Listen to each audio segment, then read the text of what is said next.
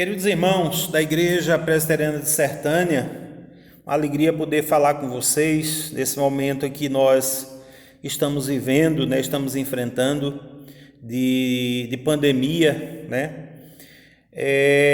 também aqui ressaltar, irmãos, a falta que nós estamos sentindo dos nossos trabalhos presenciais, das nossas reuniões, dos nossos momentos, de comunhão.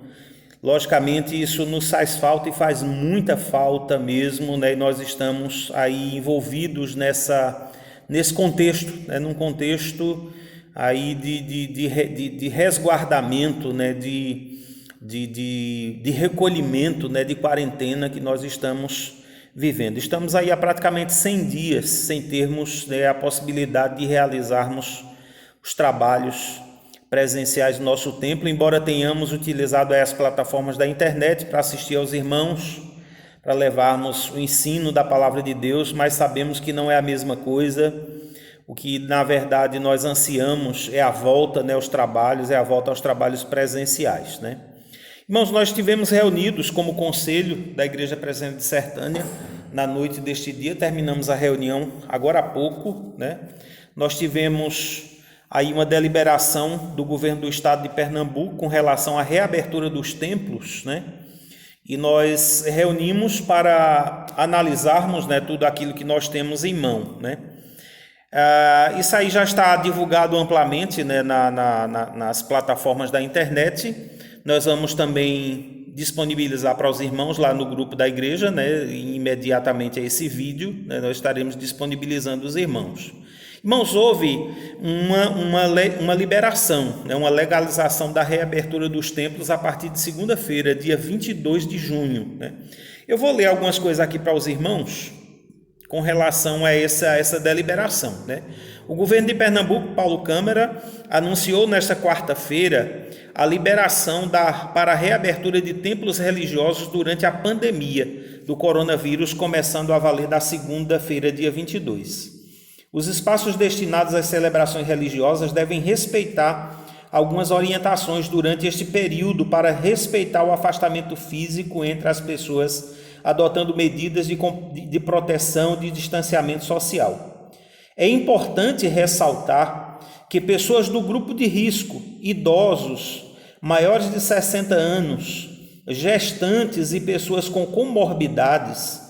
Pessoa que tem comorbidade é aquela pessoa que tem mais de uma patologia, mais de uma doença, hipertenso, é diabético, tem outros problemas de saúde. Então a ciência médica aí dá o nome de comorbidades.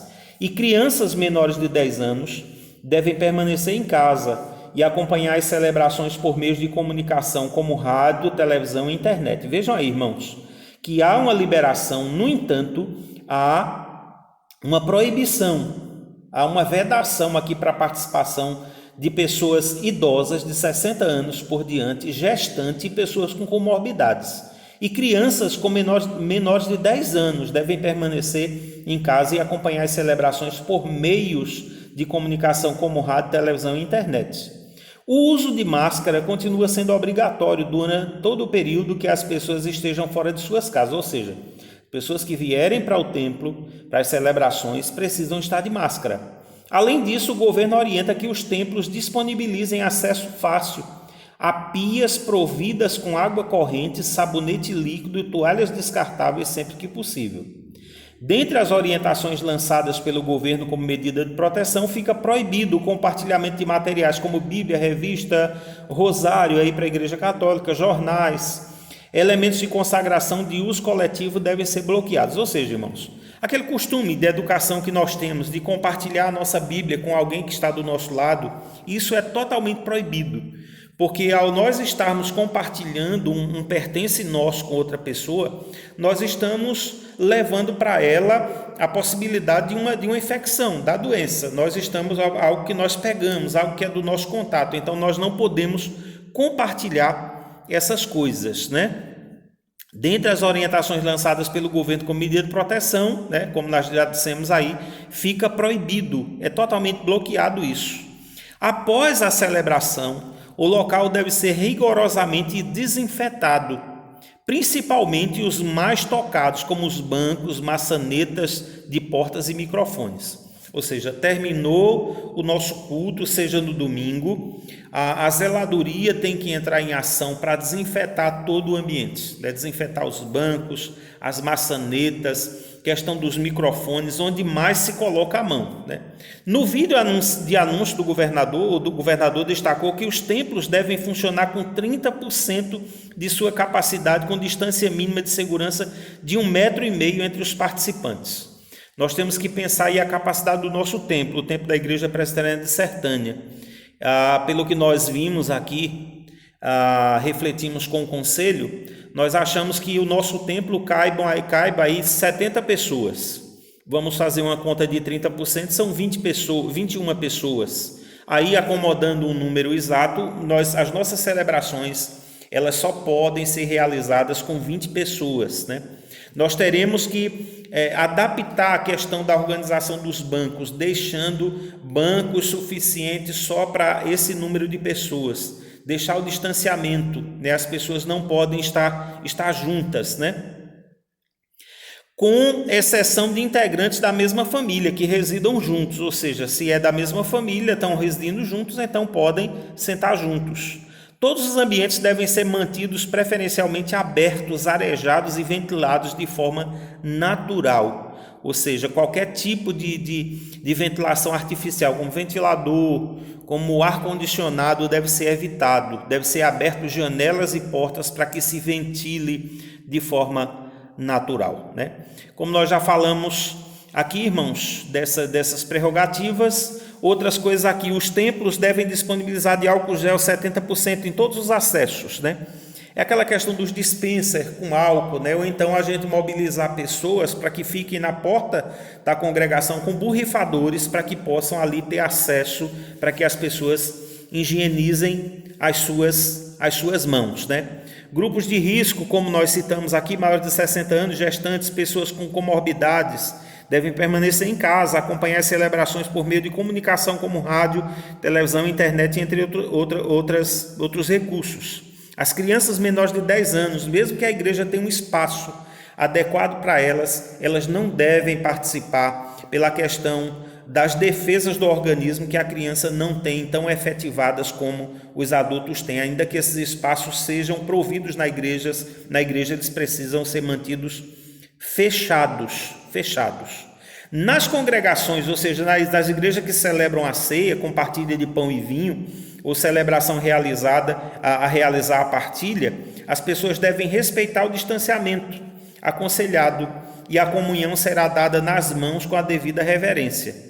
O método de ofertório deve ser revisto de forma a não haver contato físico entre as pessoas. Ou seja, quando nós vamos para os ofertórios, é comum que as pessoas esbarrem umas nas outras. Nós temos que estudar um método para que vá de uma em uma pessoa, a pessoa deposite a sua oferta e volte para o seu banco. A partir daí, outra pessoa vá. Tem que ser organizado isso.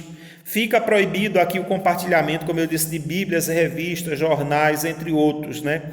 Esse uso dessas coisas deve ser individual. Dispensadores de água benta, isso aí vai refletir a Igreja Católica, eu não vou ler aqui para vocês. Após as celebrações, o local deve ser rigorosamente desinfetado, principalmente os mais tocados, como eu já citei aqui para os irmãos. Bancos, maçanetas de portas, microfones, etc. A limpeza e desinfecção dos sanitários devem ser intensificadas. Os dispensadores de água dos bebedouros que exigem aproximação da boca com o ponto de saída da água devem ser bloqueados. Ou seja, aqui nós não temos esse problema porque é servido no copo, né? O nosso bebedouro não é daquele que você se serve na boca. Todos os ambientes devem ser mantidos preferencialmente abertos, arejados e ventilados de forma natural. Foi o que eu já citei aqui para os irmãos. Ainda falando, irmãos, aqui dessas medidas, aqui nós temos, as celebrações serão limitadas no que se refere ao número de participantes a 30% da capacidade da acomodação, podendo chegar ao máximo de 50 pessoas, né? Aqui no nosso templo, pelas contas que nós fizemos, são 20 pessoas, não mais que isso. Mas mesmo que a igreja, seja qual for a igreja, tenha um espaço maior, esse espaço está limitado à presença de 50 pessoas, pessoas, né? Nos templos com capacidade com a maior acomodação, né, isso vai se verificando, mas aí a especificidade é para 50 pessoas. Isso contando, irmãos, com o celebrante, que é o pastor, os apoiadores, que são aqueles que ministram o louvor, dirigem as liturgias, aí os colaboradores, né, e o público em geral deve-se fazer uma conta de 50%. A distância mínima de segurança entre os participantes deve ser de 1,5 m, executando-se os participantes, excetuando-se os participantes do mesmo grupo familiar, como nós já falamos. O intervalo entre as celebrações deve ser no mínimo de 3 horas, tanto para evitar aglomeração, quanto para garantir uma efetiva limpeza e desinfecção do ambiente. Preferencialmente deve ser disponibilizado cadeiras e bancos de uso individualizado em quantidade compatível com o número máximo de participantes autorizados pelo local, né? Ou seja, nós tivemos uma reunião do presbitério também hoje à tarde, ao exemplo da igreja, por exemplo, a igreja de Monteiro, eles tiraram boa parte dos bancos, limitando, né, a quantidade de bancos no templo e executando-se aquele espaçamento para que as pessoas não tenham contato, as pessoas não fiquem tão juntas, né? Bancos de uso coletivo devem ser reorganizados e demarcados, de forma a garantir que as pessoas se acomodem nos locais indicados e mantenham o afastamento recomendado. Deve ser realizado o controle de fluxo de entrada e saída de pessoas. Na hipótese de formação de filas, deve haver demarcação para manter o distanciamento mínimo de 1,5 m entre as pessoas. Nós temos observado isso, por exemplo, nas casas lotéricas, né? Existe uma demarcação, pontos, né? Uma pessoa fica aqui, a outra pessoa no outro ponto, ali observando esse distanciamento, né? Sempre que possível, as portas de entrada devem ser distintas da de saída, havendo sinalização no sentido único, de modo a evitar que as pessoas se cruzem. Você entrou pela porta da frente, você precisa sair pela porta lateral, não pode voltar pelo mesmo local para evitar esse contato com as pessoas, né? Antes, durante e depois da realização das celebrações religiosas, devem ser evitadas práticas de aproximação entre as pessoas e outras formas de contato físico, como dar as mãos, beijos, abraços, apertos de mão, entre outros. Cartazes com orientação a respeito das medidas de prevenção e controle da Covid-19, bem como das igrejas para o funcionamento dos templos religiosos, devem ser fixados em pontos estratégicos e visíveis às pessoas, devendo haver também compartilhamento dessas informações por meio eletrônico, como redes sociais, né? Irmãos, diante de todas essas demandas, né, diante de toda essa carga de exigência que as igrejas precisam para se readaptarem, reiniciarem as suas atividades, eu, como disse aqui para os irmãos, logo cedo, a partir das 5h30, nós tivemos uma reunião com o presbitério. E agora, de 8 horas, uma reunião com o conselho da nossa igreja. A orientação do nosso presbitério, uma orientação quase que generalizada no presbitério, é que as igrejas aguardem até o final deste mês. Primeiro, não vamos ficar parados nesse intervalo, nesse interim. Nós temos que nos readaptar com aquilo que nós precisamos fazer. A reorganização dos bancos, dos assentos na igreja, a disponibilidade de dispenser, que são aqueles depósitos de álcool em gel, para que as pessoas tenham acesso. Ou então a organização de pessoas que fiquem na entrada já abordando as pessoas com álcool para que elas possam higienizar as suas mãos, né? Isso precisa ser feito.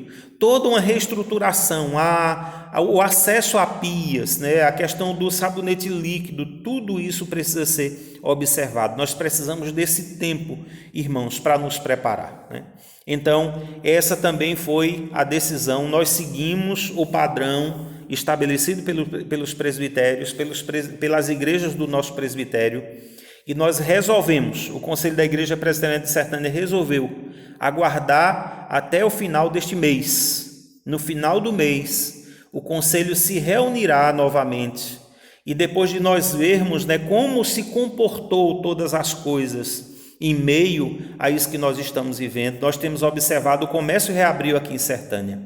Mas nós temos aí, irmãos, nós devemos estar certos que se houver um acréscimo nos casos, certamente, né, o mandato do governo aqui vai ser mudado, né? E até porque as cidades precisam observar o seu próprio contexto, né? Nós temos o exemplo da cidade de Belo Jardim, que meu filho mora lá. Eles tiveram que regressar, eles tiveram que retornar ao fechamento. Eles abriram durante uma semana, houve um acréscimo grandioso de casos e eles tiveram que fechar novamente. Pastor Irineu, pastor da Igreja Presbiteriana de Arco Verde, estava compartilhando conosco, reuniu há 15 dias com o conselho, existiam lá 102 casos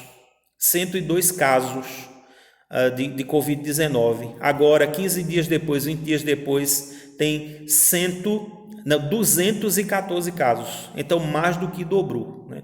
Então, irmãos, pensando no bem de todos nós, no bem da igreja, então o conselho decidiu nós aguardarmos esse mês terminar. No final do mês, nós estaremos reunidos, tomando uma decisão definitiva e anunciando, esclarecendo aí para os irmãos como será esse nosso retorno, né? Então, qualquer dúvida, os irmãos entrem em contato conosco, no grupo da igreja, no privado, nós estamos à disposição de vocês para qualquer esclarecimento. Tá bom, meus irmãos?